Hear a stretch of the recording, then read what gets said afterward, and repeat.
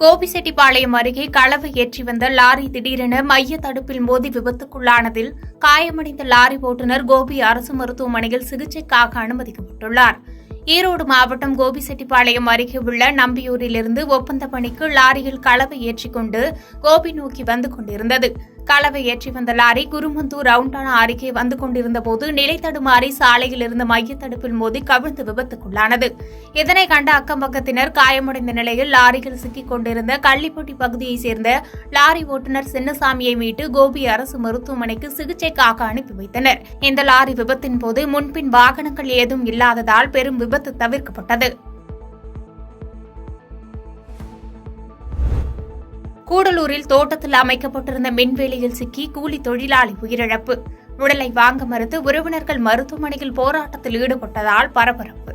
தேனி மாவட்டம் கூடலூர் அருகே உள்ள குள்ளப்ப கவுண்டன்பட்டியில் கூலி தொழிலாளி கிருஷ்ணகுமார் என்ற இளைஞர் தனியார் தோட்டத்தில் போடப்பட்டிருந்த மின்வேலியை மிதித்ததால் மின்சாரம் பாய்ந்து அவர் பரிதாபமாக உயிரிழந்தார். சம்பந்தப்பட்ட தோட்டத்து உரிமையாளர் மீது நடவடிக்கை எடுக்க வேண்டும் என்று வலியுறுத்தி இறந்த கிருஷ்ணகுமாரின் உடலை எடுக்க விடாமல் உறவினர்கள் போராட்டத்தில் ஈடுபட்டனர். போலீசார் பேச்சுவார்த்தை நடத்திய பின்னர் இறந்த கிருஷ்ணகுமார் உடல் பிரேத பரிசோதனைக்காக தேனி அரசு மருத்துவக் கல்லூரி மருத்துவமனைக்கு கொண்டு வரப்பட்டது. பிரேத பரிசோதனை கூடத்தின் முன்பாக உயிரிழந்த கிருஷ்ணகுமாரின் உறவினர்கள் அமர்ந்து தர்ணா போராட்டத்தில் ஈடுபட்டனர். சம்பந்தப்பட்ட தனியார் தோட்ட உரிமையாளரை கைது செய்ய வேண்டும் என கோஷம் எழுப்பினர். இதனால் அப்பகுதியில் பரபரப்பு நிலவியது.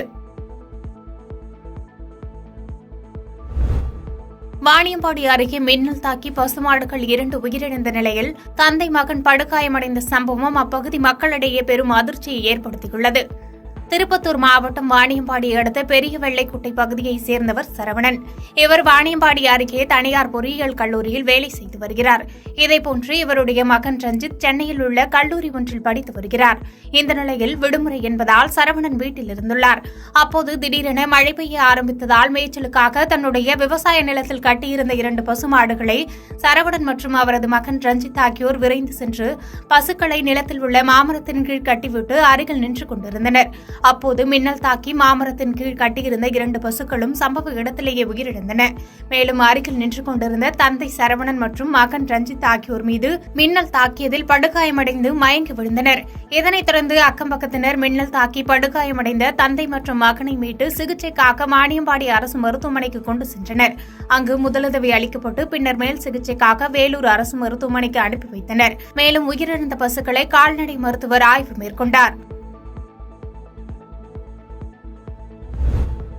கோவில்பட்டி அருகே காட்டுப்பகுதியில் சிதைந்த கட்டிடத்தில் மழைக்காக ஒதுங்கிய மூதாட்டி மற்றும் ஆடுகள் மின்னல் தாக்கி உயிரிழந்த சம்பவம் பரபரப்பை ஏற்படுத்தியுள்ளது. தூத்துக்குடி மாவட்டம் கோவில்பட்டி அருகே உள்ள வடக்கு திட்டக்குளம் பகுதியை சார்ந்தவர் மூதாட்டி ஆச்சியம்மாள். இவரது கணவர் இறந்த நிலையில் இவர் ஆடுகள் வளர்ப்பில் ஈடுபட்டு வந்துள்ளார். ஆச்சியம்மாள் வழக்கம் போன்று தனது ஆடுகளை மேய்ப்பதற்காக காட்டுப்பகுதிக்கு சென்றுள்ளார். இந்நிலையில் வீடு திரும்பும் பொழுது பலத்த இடியுடன் கூடிய கனமழை பெய்தது. அப்போது ஆச்சியம்மாள் மற்றும் அவரது 17 ஆடுகளும் வடக்கு திட்டங்குளம் பகுதியில் உள்ள காட்டுப்பகுதியில் இருக்கும் சிதிலமடைந்த கட்டிடத்தில் மழைக்காக ஒதுங்கியுள்ளனர். அப்போது மின்னல் தாக்கியதில் ஆச்சியம்மாள் உயிரிழந்தார். மேலும் அவரது 14 ஆடுகளும் இருந்தன. தகவலறிந்து சம்பவ இடத்திற்கு சென்ற கோவில்பட்டி கிழக்கு காவல் நிலைய போலீசார் ஆச்சியம்மாள் உடலை கைப்பற்றி உடற்கூறு ஆய்விற்காக கோவில்பட்டி அரசு தலைமை மருத்துவமனைக்கு அனுப்பி வைத்து விசாரணை மேற்கொண்டனர். மின்னல் தாக்கிய ஆடுகள் மற்றும் பெண் உயிரிழந்த சம்பவம் அப்பகுதியில் பெரும் சோகத்தை ஏற்படுத்தியுள்ளது. ஈரோடு வழியாக கேரளா சென்ற எக்ஸ்பிரஸ் ரயிலில் கேட்பாரற்று கிடந்த 10 கிலோ கஞ்சாவை ரயில்வே போலீசார் கைப்பற்றி விசாரணை நடத்தினர். ஜார்க்கண்ட் மாநிலம் டாடா நகர் பகுதியிலிருந்து கேரள மாநிலம் எர்ணாகுளம் நோக்கி செல்லும் டாடா நகர் எக்ஸ்பிரஸ் ரயில் ஈரோடு நோக்கி வந்தது. ஈரோடு ரயில் நிலையம் அருகே வந்தபோது ரயில்வே போலீசார் ரயிலில் சோதனை நடத்தினர். அப்போது முன்பதிவு செய்யப்பட்ட S1 பெட்டியின் கழிப்பறை அருகே சோதனை செய்தபோது பை ஒன்று கேட்பாரற்று கிடந்தது. போலீசார் அதனை பிரித்து பார்த்தபோது ஏறக்குறைய 10 கிலோ மதிப்பிலான கஞ்சா பொட்டலங்கள் இருந்தது தெரியவந்தது.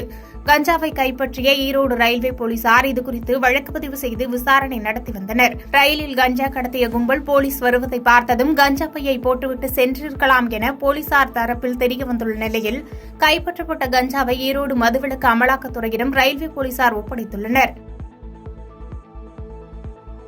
பாதகம் செய்பவரை கண்டால் நாம் பயங்கொள்ளலாகாது பாப்பா. மோதி மிதித்து விடு பாப்பா, அவர் முகத்தில் உமிழ்ந்து விடு பாப்பா. அண்மை செய்திகளை உடனுக்குடன் தெரிந்து கொள்ள இணைந்திருங்கள் இயம்நாடு தொலைக்காட்சியுடன்.